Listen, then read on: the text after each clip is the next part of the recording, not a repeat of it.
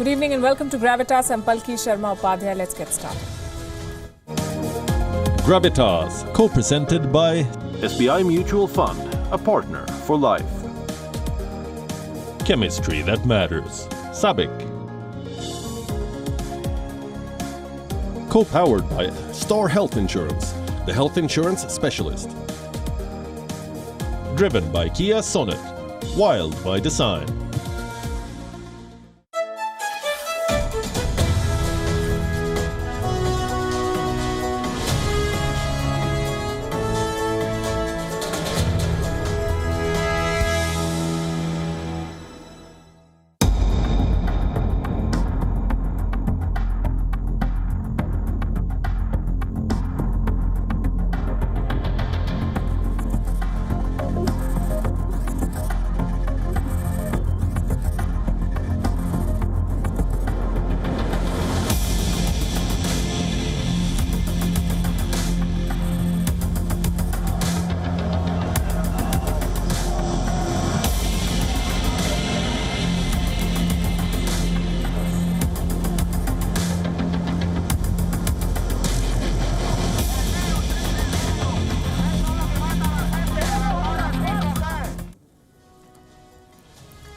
When we first started reporting on the Wuhan virus, the world showed little interest.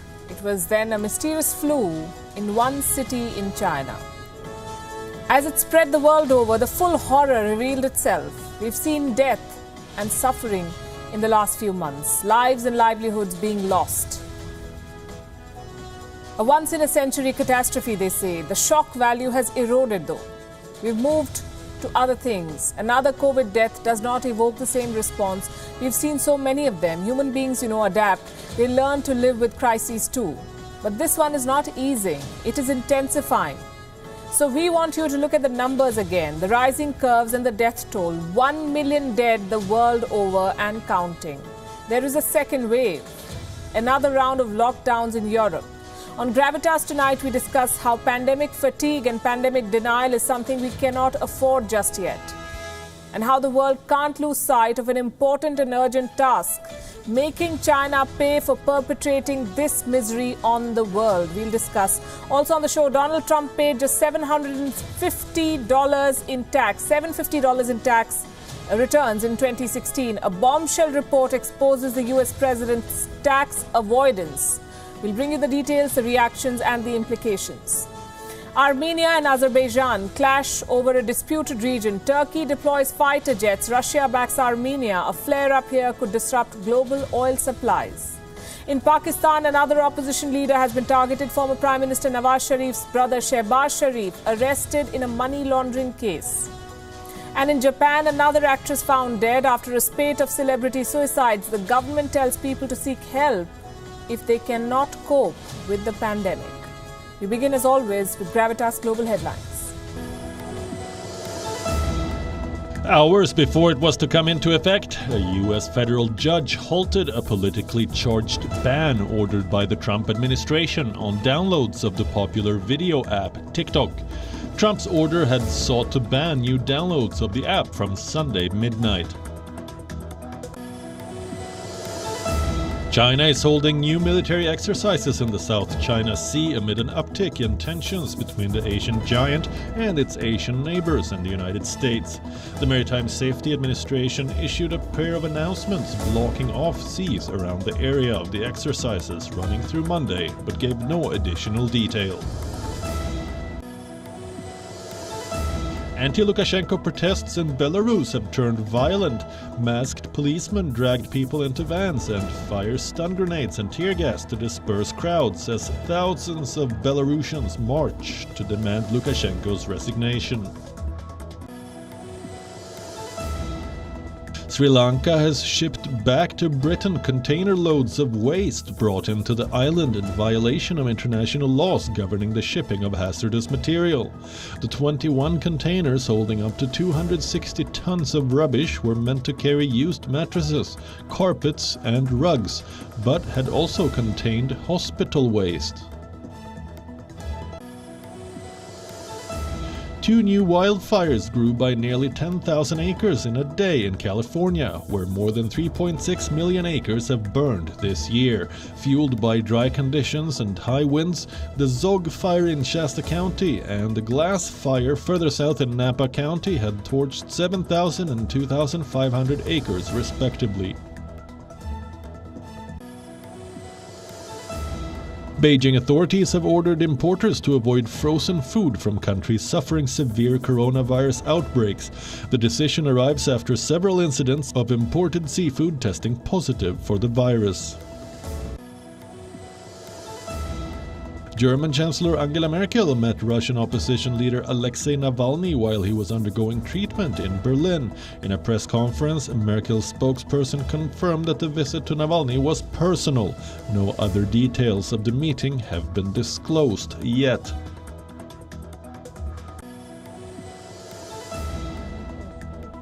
On a remote Arctic glacier, Greenpeace campaigners projected a video calling on global heads of state to take climate change seriously. Climate activists around the world will be waiting for you to join the call. The video shows a huge 30-meter glacier chunk falling off and crashing into the sea. Newly crowned US Open champion Dominic Thiem brushed with Cilic in the opening games of the first set and then broke again in the 9th game before coming from love 40 down to take the opening set. The Austrian went on a 5-game run from there and 2 breaks of serve handed him a 2. Barcelona thrashed Villarreal 4-0 in Ronald Koeman's first competitive match in charge of the Catalan Giants. Koeman named a starting 11 that included the likes of Lionel Messi, Antoine Griezmann and Philippe Coutinho for their opening game of the league season. But it was 17-year-old Ansu Fati who stole the headlines. He scored twice in the opening 20 minutes and then won a penalty which was converted by captain Lionel Messi. An own goal before the interval completed the scoring.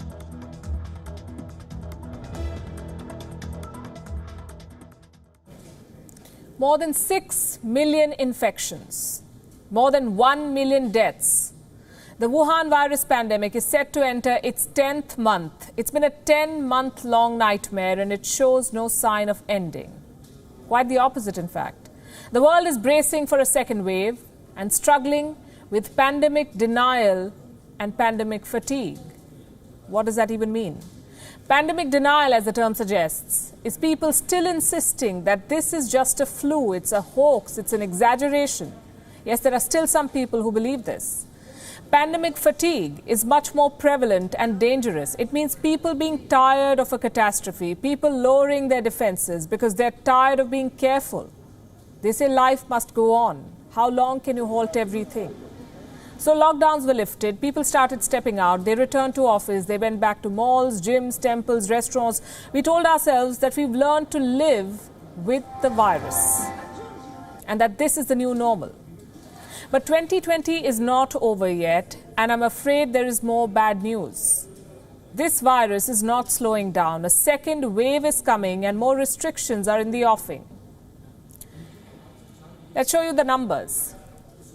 The United States, still the most number of cases in this country the world over, more than 7 million cases now. Over 200,000 people have died, 2 lakh people dead in the US. The Wuhan virus continues to spread. According to a report, 4 states in the Midwest have reported a daily spike for the second week in a row. These are Minnesota, Montana, South Dakota and Wisconsin. Then we come to Europe. It doesn't look good there. This is where the situation is the most worrisome. Earlier this year, Europe was among the worst hit. Now it is witnessing a second wave. For 10 days now, France has been reporting more than 10,000 cases daily. There has been a steep rise in the Netherlands too. Since last Monday, it has been setting a new record in infections every day. Spain, it's the worst hit Western European country with more than 7 lakh cases now, 700,000. The United Kingdom has imposed local lockdowns again. Restrictions there will last probably another 6 months. India does not have a second wave yet because India is still struggling to contain the first one. There is no doubt that India is the new global epicenter of this pandemic. Today, India's case tally passed 6 million. 6 million cases. The death toll is inching closer to 1,100,000. More than 5 million people have recovered in India, but there are concerns about a possible gap in testing, so the actual figures could be much higher with more asymptomatic cases. The bottom line is this: the pandemic is not ending anytime soon. 3 reasons why. Number 1, opening up. It is exposing more people to the Wuhan virus. Look at Europe, the US, India. The moment the restrictions were lifted, the number of cases spiked. Take the case of India. It took 7 months for India to reach the 2 million mark, 2 million cases, 7 months. But India went from 5 to 6 million in just 12 days. Part of it is because of increased testing, but most of it is because of the lifting of lockdown. Reason number 2, no herd immunity.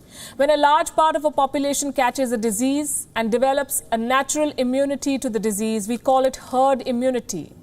This is when enough people catch the disease or when they have received vaccines for it. For the Wuhan virus, herd immunity could possibly be achieved when 50% of the population is immune. Some say the immunity levels must be around 70%, but the world is nowhere close to this. Even America, with the highest number of cases, does not have herd immunity. According to a study, fewer than 10% of Americans show signs of past infection. What about India? The Indian Health Minister today said that we are far from having achieved any kind of herd immunity. And now the third and the final reason why we are nowhere close to the end of this pandemic. Even after 10 months, we do not have a vaccine or a viable treatment. More than 170 teams of researchers the world over are working on a vaccine. But they need more time. Going by even the most optimistic predictions, widespread vaccination will only be possible by mid-2021. Months away. That is, if we get a vaccine that works. America's top disease expert Anthony Fauci wants the world to have realistic expectations. He says we still don't know what the efficacy of the vaccine might be. Efficacy is the ability of a vaccine to produce a desired or intended result. Now, Indian drug regulators want a vaccine with an efficacy of at least 50%. Only then will it be given regulatory approval, and no one is offering such a vaccine yet. So at the risk of sounding pessimistic, I must repeat, this virus is not going away in a hurry, so keep your masks on, maintain social distancing, you know the rules, don't let your guard down. Pandemic fatigue and pandemic denial can be fatal. And I keep coming back to the point of denial because there are way too many people out there who refuse to see the seriousness of the situation. And these are people in the most developed of cities. They say the virus is just another flu, it will go away. One such man is the President of America, but you'd be surprised how many agree with him the world over. So as governments impose restrictions again, protesters are out on the streets. Here's a report. This is London's famous Trafalgar Square, where hundreds of protesters gathered over the weekend. What's their grouse? Another round of restrictions. Britain is bracing for a second wave of the Wuhan virus. And the British don't like the idea of another lockdown. So they're out on the streets.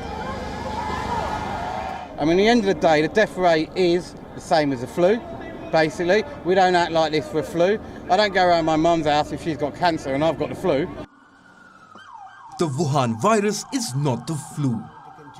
The US president tried to call it that. And look where America is.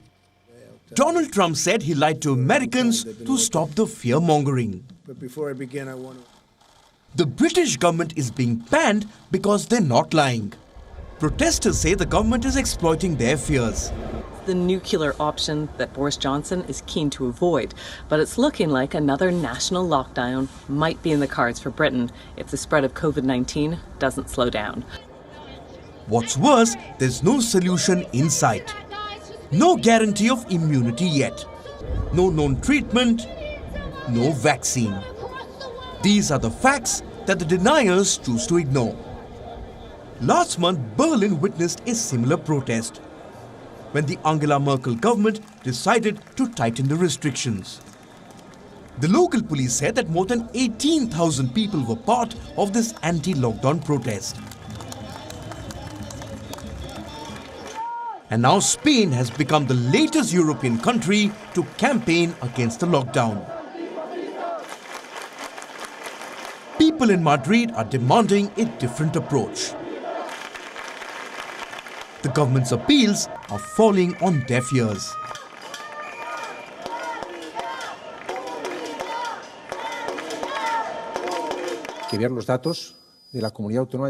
We must see the data for Madrid. When I say that the health of its citizens is at risk, I'm not saying it for rhetorical purposes. I'm saying it because it is. There is a set of data that indicates it. The accumulated incidents in 14 days in this region, the hospital pressure, the lethality and the growth of cases that we are seeing. We must act with determination.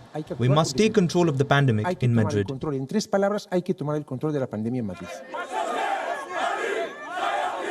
Israel has now recorded more than 200,000 cases. But that didn't stop this protest against Prime Minister Benjamin Netanyahu. The police dumped social distancing rules to handcuff this protester, as many others stood outside Netanyahu's residence to protest.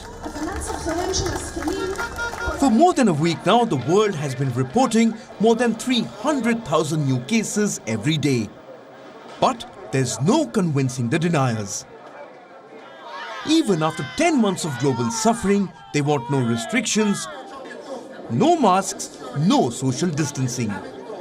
This virus of denial cannot be a coping mechanism to fight the pandemic.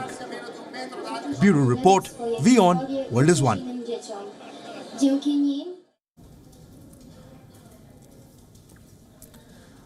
So it's been almost 10 months since the Wuhan virus pandemic changed the course of our lives. So far, 1 million people have died. Multiple countries have been pushed into recession. 100 million people are facing the risk of extreme poverty. There is a threat to global development. From education to tourism, everything has come to a standstill. It's being compared to a world war. So what are we doing to punish the perpetrator, the exporter of this virus? Should it not compensate for the damage, for putting our futures at risk, for endangering lives and livelihoods? Let me ask you something. Every time an individual or a group attacks peace, how do we respond? We hold them accountable. We try to punish them. We try to make them compensate. Now, this virus is the biggest threat to peace and life on earth. What have we done? Let me give you more examples. On the 11th of September 2001, Al-Qaeda terrorists carried out attacks in New York and Washington, D.C. 2,977 people were killed. The U.S. responded by declaring a war on terror. Airstrikes on Al-Qaeda training camps followed. In 2011, Al-Qaeda leader Osama bin Laden was hunted and killed. He was made to pay for his crimes. Now, I'm not saying start another war or drop bombs, but if justice was pursued for the killing of 3,000 odd people, why isn't it a priority for the death of 1 million? Do they not deserve justice? Let's say this is not a deliberate act. Let's say it was an accident, a virus leak, or just a pandemic about which China continued to lie. This too is criminal. In 2011, an accident at Japan's Fukushima nuclear plant killed 573 people. It was the second deadliest nuclear accident in history. The company running the Fukushima nuclear plant was asked to pay damages worth 500 million yen. In 1998, American company Owens Corning Corporation was told to pay $1.2 billion for causing cancer. That's because 200,000 people claimed that the company's asbestos building material was causing cancer. In 1984, the Bhopal gas tragedy killed 3,000 people. The Union Carbide Corporation was slapped with a settlement amount of $470 million. The perpetrators are always asked to pay. Let me give you more recent examples. The Mauritius oil spill. A Japanese ship leaking more than 1,000 tons of fuel into the sea. Guess who is paying for the ecological disaster? The owner of the ship.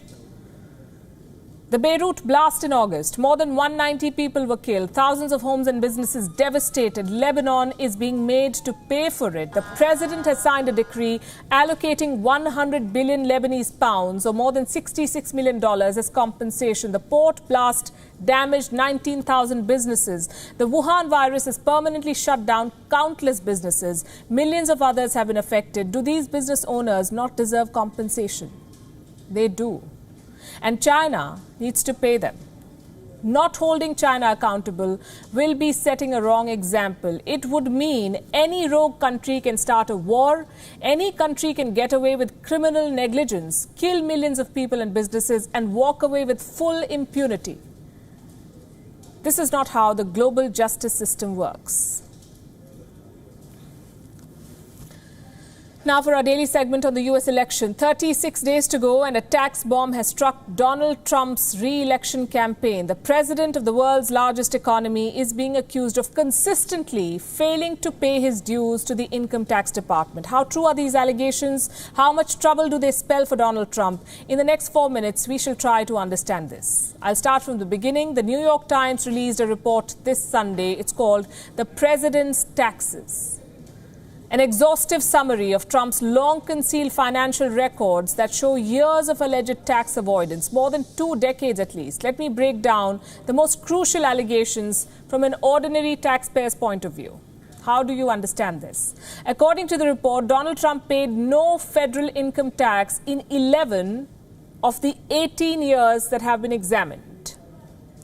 Donald Trump is said to have got tax write-offs on most of his business expenses in these 18 years. This includes tax deductions on his residence, meals, aircraft, travel expenses, even the cost of haircuts. This is very interesting. The report says that at least $70,000 that were paid to style his hair during The Apprentice had been written off. $70,000. Besides this, at least 9 Trump entities reportedly wrote off at least $95,000 paid to Ivanka Trump's hairstylist.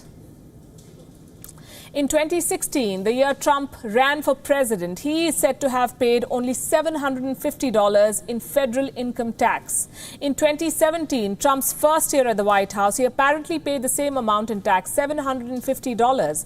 How did he manage to do all of this? By reporting losing much more money than he was making. As simple as that. In 2018, Donald Trump claimed $47.4 million in losses. Now, the report says this is despite the U.S. president making $434 million in profits. This was mentioned in a financial disclosure the very same year. $434 million. The report cites Donald Trump's tax payments in foreign countries to underscore his manipulation of finances.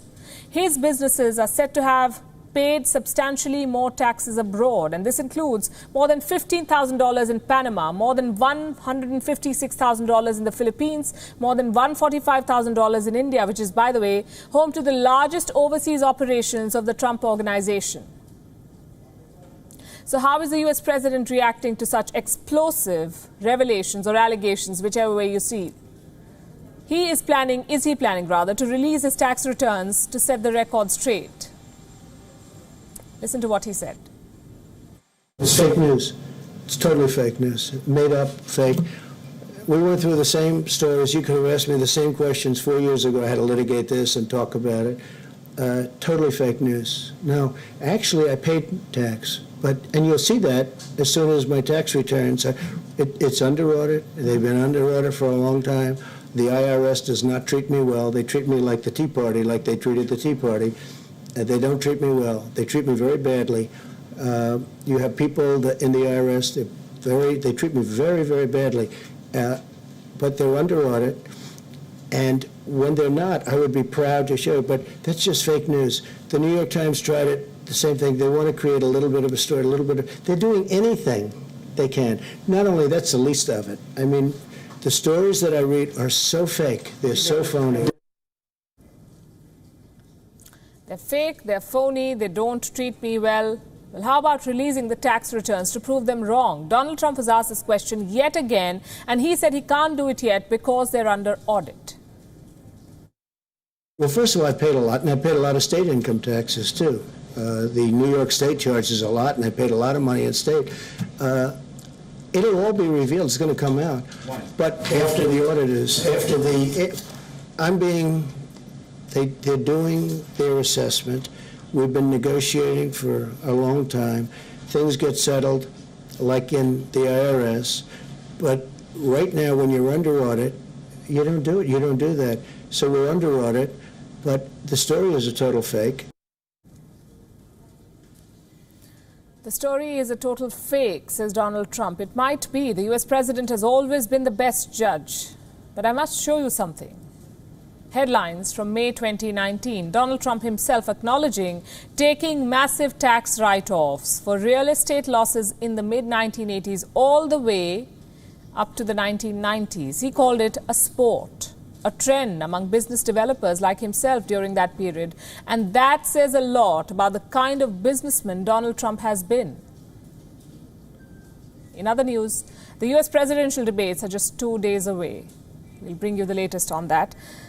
For the moment, let's talk about what's brewing on this side of the globe. There's another war on the horizon, one that could disrupt global oil supplies and worsen the economic crisis.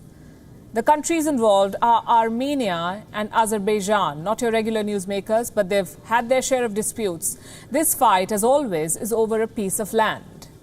Drones, air power and missiles have been deployed. At least 30 people have died in the last 2 days. Regional powers, Russia and Turkey, have picked their sides. Several countries are calling for a ceasefire. This flare-up between two former Soviet republics, as I said, could disrupt global oil and gas supplies. Here's a report.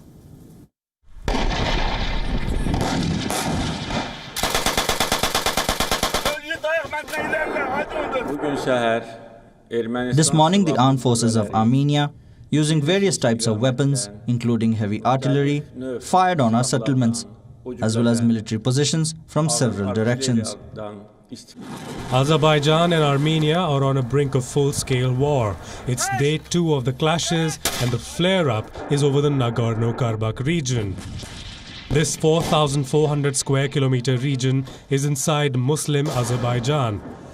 Internationally, it is recognized as part of Azerbaijan, but is mostly inhabited by Christian Armenians. The region declared independence in 1991, and it is now governed by ethnic Armenians, who call it the Independent Republic of Artsakh. Armenia and Azerbaijan have blamed each other for attacking the Nagorno-Karabakh region on Sunday. Air power, missiles and heavy armor have been used. Over 30 people have died, and human rights activists say an Armenian mother and her child were among those killed. The two former Soviet republics have not had the most peaceful history. They fought a war and signed a ceasefire in 1994. Since then, they've accused each other of violating that ceasefire. This region's stability is very crucial to the world. It is a corridor for pipelines carrying oil and gas from the Caspian Sea to world markets. The latest flare-up has reignited concerns about instability in the South Caucasus. Regional powers Russia and Turkey have already been dragged in. A full-fledged blame game is on. Armenia has blamed Turkey for fanning the conflict. Turkey has been accused of deploying F-16s and troops to fight Armenians. You see, Azerbaijanis are predominantly Turkic people, and the country has Turkey's emphatic support. Turkish President Recep Tayyip Erdogan took to Twitter to call Armenia the biggest threat to peace and stability in the region. Ally Pakistan has extended its support for Azerbaijan's quote-unquote right to self-defense. Russia, a traditional ally of Armenia, called for an immediate ceasefire. The European Union has warned against foreign interference. France, which is home to a large Armenian community, has called for dialogue. Iran has offered to broker peace talks. The Pope too has spoken out. There have been worrying reports about clashes in the Caucasus. I pray for peace in the Caucasus and ask the parties in the conflict to make concrete gestures of goodwill and brotherhood. 2 days of fighting later, here's where the situation stands. Azerbaijan's president says he is confident of regaining control over the Nagorno-Karabakh region, but the territory, along with Armenia, has declared martial law. All sides are preparing for the worst. Bureau Report, WION, World is One. We've often told you about China's human rights violations against the Uyghurs in Xinjiang, a prison masquerading as a province, with police on every corner of the street, checkpoints every few kilometers, concentration camps, political indoctrination, public execution, and state-sanctioned rape. China's crimes against the Uyghurs are countless, and the proof is overwhelming. But Xi Jinping says that happiness is on the rise in this region of China, an outrageous justification of his regime's inhumane actions. Here's a report.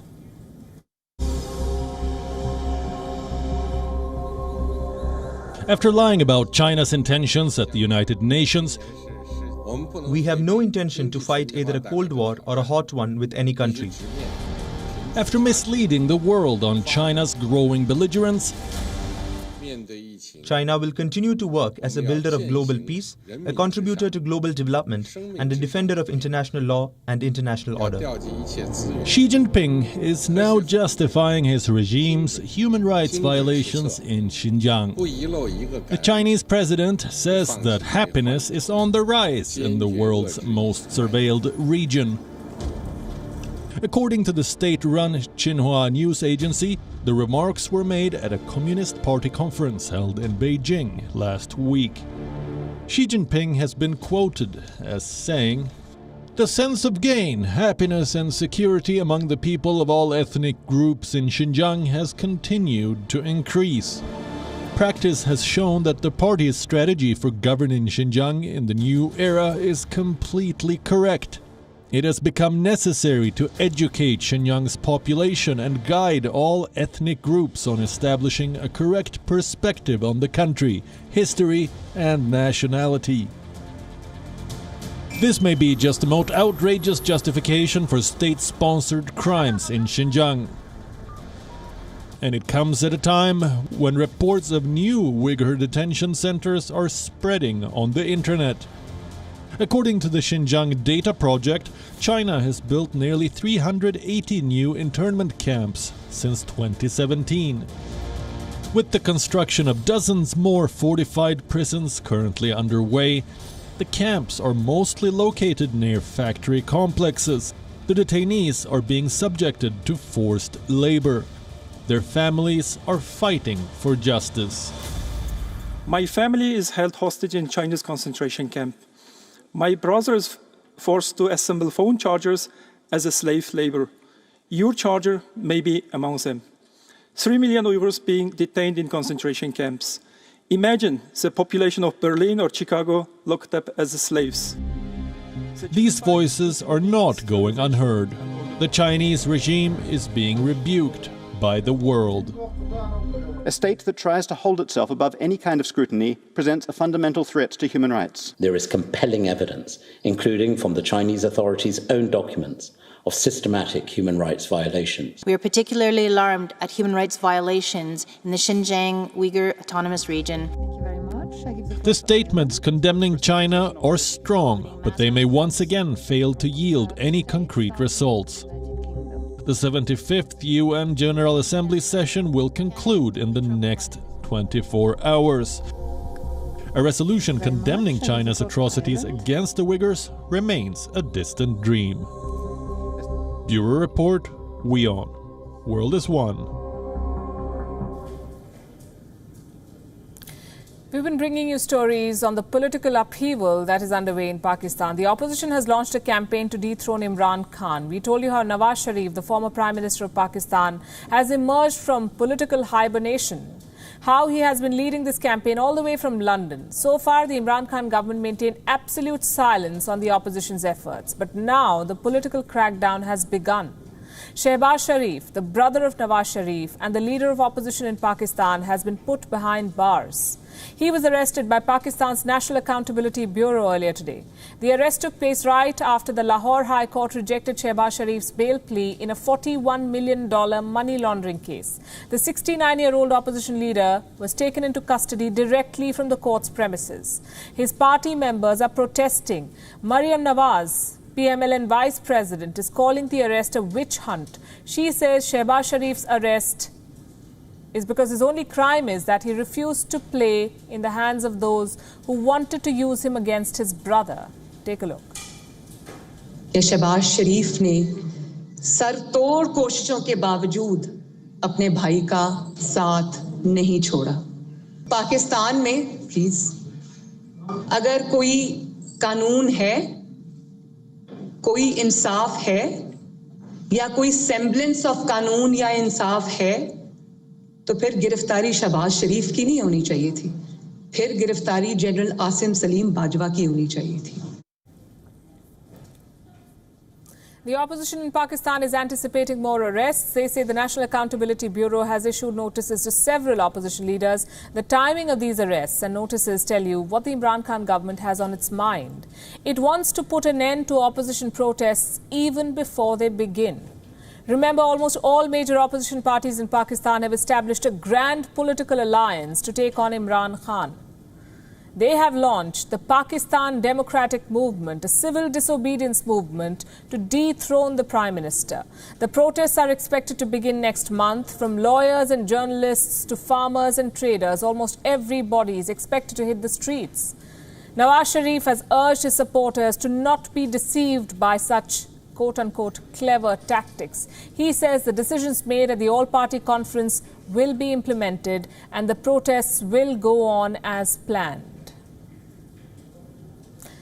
Protest or no protest, some turbulent times lie ahead for the political landscape of Pakistan, and we'll be tracking those developments for you here on Gravitas. For the moment, let's turn to what's happening in the UK. Fictional MI6 agent James Bond has the license to kill. Real-life agents could soon have one too. According to reports, the United Kingdom could provide its spies and Secret Service agents the legal protection to commit, quote-unquote, necessary crimes. What are those crimes? They haven't spelled that. Our next report has more. Real-life British agents are not Bond, and they do not have the license to kill. The former boss of MI5 once said, assassination, quote-unquote, is not part of the policy of Her Majesty's government. This may soon be history. The United Kingdom is mulling a new law. One that could arm British spies with license to kill and commit necessary crimes. What crimes? The Covert Human Intelligence Sources Bill does not explain. But what justifies this license to kill? Reports say the idea is to take on spies, saboteurs and hackers from countries like Russia, North Korea and Iran. In 2019, a British court ruled that MI5 spies can kill in the line of duty. And they would not be prosecuted. That is, unless they fail to justify the killing. Human rights groups were not happy with this. They said the move could authorize killing on British soil. So are we to believe that spies do not kill at all? Of course they do. Just that the files are brushed under the carpet and most countries do not have laws justifying these killings. In 2018, Australia was mulling arming its spies with a license to kill. The CIA was given the license to kill after the attacks of 9/11. The poisoning of Sergei and Yulia Skripal in Salisbury in 2018. Wasn't it a case of Russian spies exercising their license to kill? A report says Israel's Mossad has killed more people than the agents of any other country since the Second World War. The number stands at 800 plus. Are these cases of assassination or self-defense? Or are the spies killing people to safeguard their country? The license to kill is often justified with one question. Who will guard the guardians? Bureau Report, WION World is One.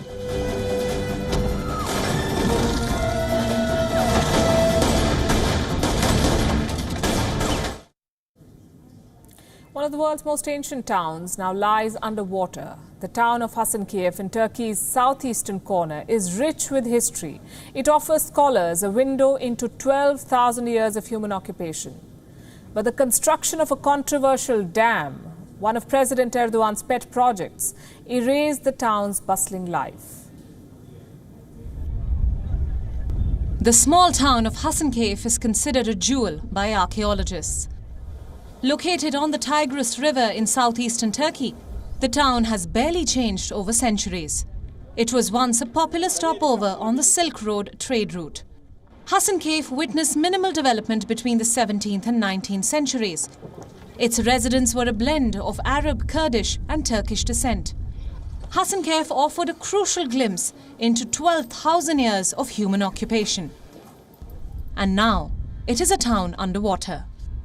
Ever since the Turkish government activated the hydroelectric Ilisu Dam on the Tigris River, waters have overflown into abandoned neighborhoods and shops.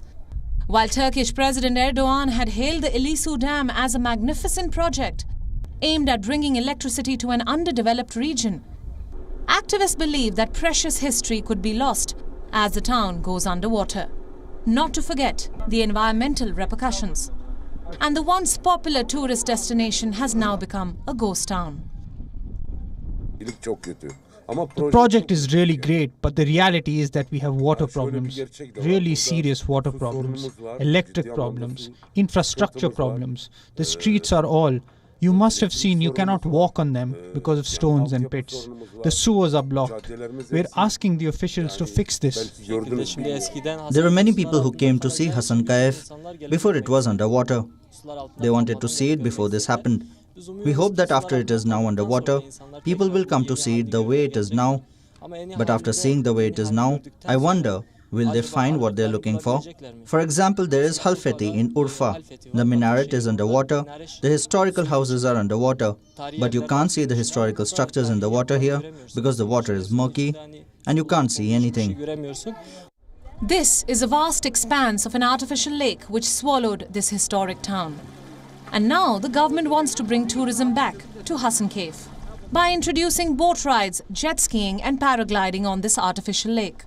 A few remnants of Hasankeyf's rich heritage, such as a 1,600-ton Artuklu Hammam bathhouse and a museum, have survived.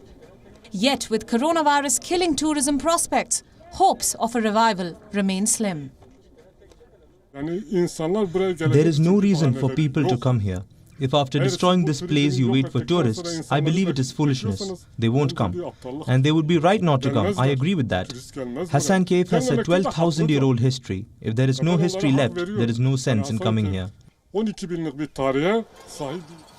Even as construction in this ancient town gets off to a creaky start, it is unclear if Hasankeyf will regain its lost glory. And the loss of Hasankeyf could very well be the loss of a crucial chapter in our history. Bureau Report, WION, World is One.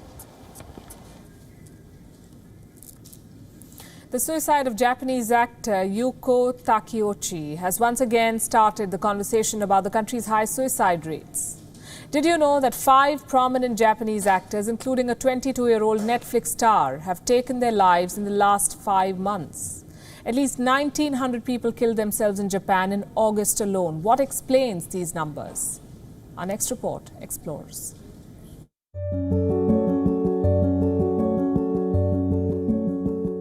On Sunday, Japan was taken aback with the news of actor Hiyoko Takeuchi's suicide. The actor was found dead at her home. She was only 40. And that was not the first in her profession to have taken his or her life in the recent months. On the 20th of September, 80-year-old actor Takeuchi Fujiki was found dead in his home. The Japanese media reported that Fujiki had left a suicide note. He said he had no confidence to continue acting. Earlier this month, actor Sei Ashina died by alleged suicide. The actor was only 36. In July, actor Haruma Miura was found hanging in his home. And 2 months before that, Netflix star Hana Kimura was found dead. Media reports claim her apparent suicide was driven by cyberbullying. What explains these horror stories? Is this unique to the entertainment industry alone? Not really. Japan has a very high suicide rate. The country reported nearly 1,900 suicides in August. This is up 15% year on year. At least 20,169 people took their own lives in 2019. This is according to the country's national police agency. What explains these numbers? Experts say it's got a lot to do with Japan's attitude towards suicide. This Japan Today article quotes anthropologist Emiko Onuki-Tierney. He says in Japan, suicide is elevated to the level of an aesthetic experience. Combine this with Japan's attitude to shame job loss and failure. There are also other factors, mental health being probably the biggest one. In recent times, internet suicide pranks have also played a big role. In 2020, the pandemic became one of the biggest suicide drivers. The government has now asked people to reach out and ask for help if they cannot cope. It's a silent pandemic that needs serious attention. Bureau Report, WION. World is one. That's a message, I guess, not just for Japan, for the world, but for the rest of the world too. If you feel you cannot cope, do reach out. We're wrapping up this edition of Gravitas on that note, leaving you with Gravitas images. Thanks for watching.